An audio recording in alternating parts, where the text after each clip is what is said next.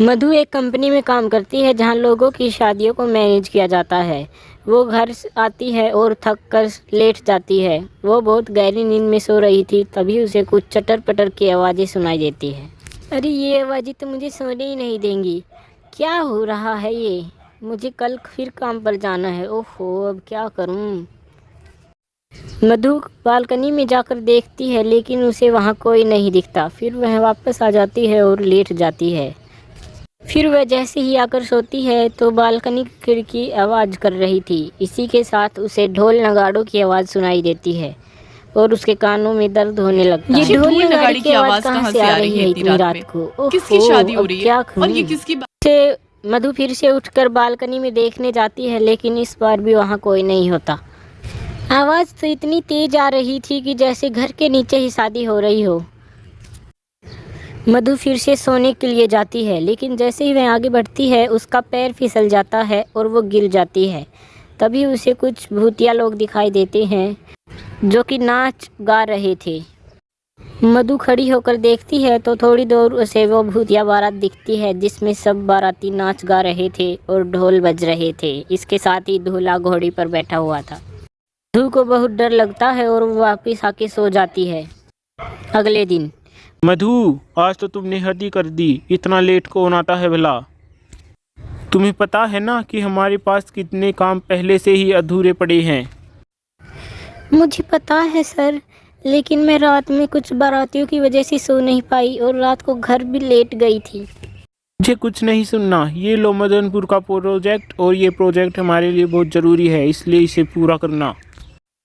मधु मदनपुर जाने की तैयारी करती है और वह निकल ही रही होती है, तभी उसे ऑफिस के अंकल रामलाल मिलते हैं और वह उन्हें बताती है कि वे मदनपुर जा रही है।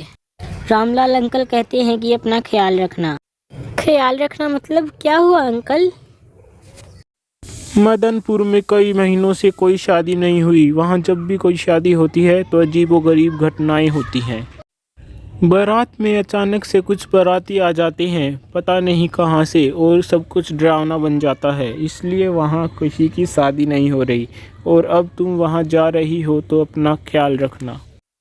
मधु को ये सब कहानी लगती है और वो रामलाल अंकल की बातों पर विश्वास नहीं करती। अंकल, आप कहानियाँ बहुत अच्छी बनाते हैं, मैं डर गई। मधु मदनपुर के लिए निकल जाती है। मदनपुर 1 ही किलोमीटर दूर था कि उसकी गाड़ी का टायर पंचर हो जाता है। वो ड्राइवर को कहती है कि तुम मैकेनिक को बुला लाओ वरना हम लेट हो जाएंगे। वो गाड़ी में बैठी रात के बारे में सोच ही रही होती है कि उसके दरवाजे पर दस्तक होती है। उसकी खिड़की के सामने एक बड़ा डरावना बाबा होता है और जोर जोर से खिड़की पीट रहा होता है। वो उसे देखकर डर जाती है। आगे खतरा है, तुम मारी जाओगी। मधु डर कर अपनी आंखें बंद कर लेती है। इतने में ही उसका ड्राइवर आ जाता है और उसे उठाता है। मधु बहुत डर जाती है और कार से उतरकर इधर उधर देखने लगती है। अभी रात हो जाती है। मधु अपनी गाड़ी से जा ही रही होती है, तभी उसकी नज़र उसकी शीशे पर जाती है। शीशे में वो देखती है कि वही भूतिया बारात पीछे पीछे आ रही है। तभी वह चौंक कर गाड़ी से उतर जाती है और देखती है कि वही भूतिया बाराती नाच रहे हैं। तभी उन भूतों की नज़र मधु पर पड़ती है। भूतिया दूल्हा मधु को देखकर उसकी तरफ भागा भागा आता है। मधु घबरा जाती है। अरे, ये भूतिया दूल्हा मेरी तरफ क्यों आ रहा है? और वो कार में बैठ जाती है। मधु बहुत डर जाती है। उसे समझ नहीं आ रहा था कि भूतिया बारात उसका पीछा क्यों कर रही है।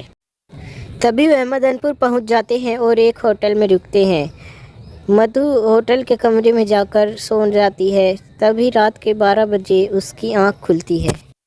वह डरते डरते बाथरूम तक जाती है और अपना मुंह धोती है। ये मुझे क्या हो गया है? चलो थोड़ा टहल ही आती हूँ, शायद दिमाग शांत हो जाए। मधु टहल ही रही होती है कि तभी उसकी फ़ोन की घंटी बजती है। हेलो कौन? हेलो कौन? लेकिन सामने से कोई जवाब नहीं आता और ढोल की आवाज़ आने लगती है। तभी उसे फिर से वही भूतिया बारात और भूतिया दूल्हा दिखता है।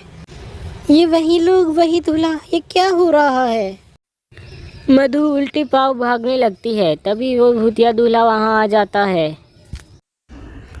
मुझे तुमसे शादी करनी है, क्या तुम मेरी दुल्हन बनोगी? या। मधु भागने की कोशिश करती है लेकिन वह दूल्हा उसके बाल पकड़ लेता है। वह कुछ नहीं कर पाती और बेहोश हो जाती है। मधु जब सुबह उठती है तो वो अपने कमरे में थी। उसे ये सब सपना लगता है और वो राजन के परिवार से मिलने जाती है। मधु जैसे ही राजन के परिवार से मिलती है उसे वह सब भूतिया बाराती जैसे लगते हैं लेकिन वह कुछ बोलती नहीं है। तभी राजन कहता है, आपने मेरी पगड़ी तैयार कर दी? मुझे लाल पगड़ी चाहिए। लाल पगड़ी? लाल पगड़ी कौन पहनता है भला? आपको उससे कुछ लेना देना नहीं है, जितना बोला जाए उतना करो। मधु को ये सब अजीब लगता है लेकिन वह कुछ बोलती नहीं और पगड़ी बनाने लगती है। फिर वह डर के मारे भागकर अपने बेडरूम में चली जाती है। मधु की आंख मुंह से पानी टपक रहा था और इसी के साथ उसके गाल लाल हो चुके थे। वह इन हरकतों के बारे में अपने बॉस को बताने ही वाली थी कि तभी उसके सर पर कोई डंडा मारता है। अगली सुबह मुझे पता लगाना होगा कि ये सब चल क्या रहा है और वो बाबा, क्या वो सच बोल रहा था? मधु गांव में घूमने निकलती है। तभी उसे वहीं बाबा दिखाई देता है। वो बाबा के पास जाकर पूछती है, बाबा क्या आप मुझे बताओगे कि राजन और उसका परिवार कौन है? राजन का परिवार एक भूतिया परिवार है और बाकी सब भूतिया बाराती। सालों पहले की बात है, राजन की शादी की तैयारी हो रही थी। सब बहुत खुश थे। सारे बाराती बस में बैठे पर भगवान को कुछ और मंजूर था और वो बस खाई में जा गिरी। पर मुझे ये सब क्यों दिखता है? तुम्हें ये सब इसलिए दिखता है क्योंकि तुम शादी की तैयारी करती हो। तुम्हें राजन की शादी धूमधाम से और सभी रीति रिवाजों के साथ करनी होगी।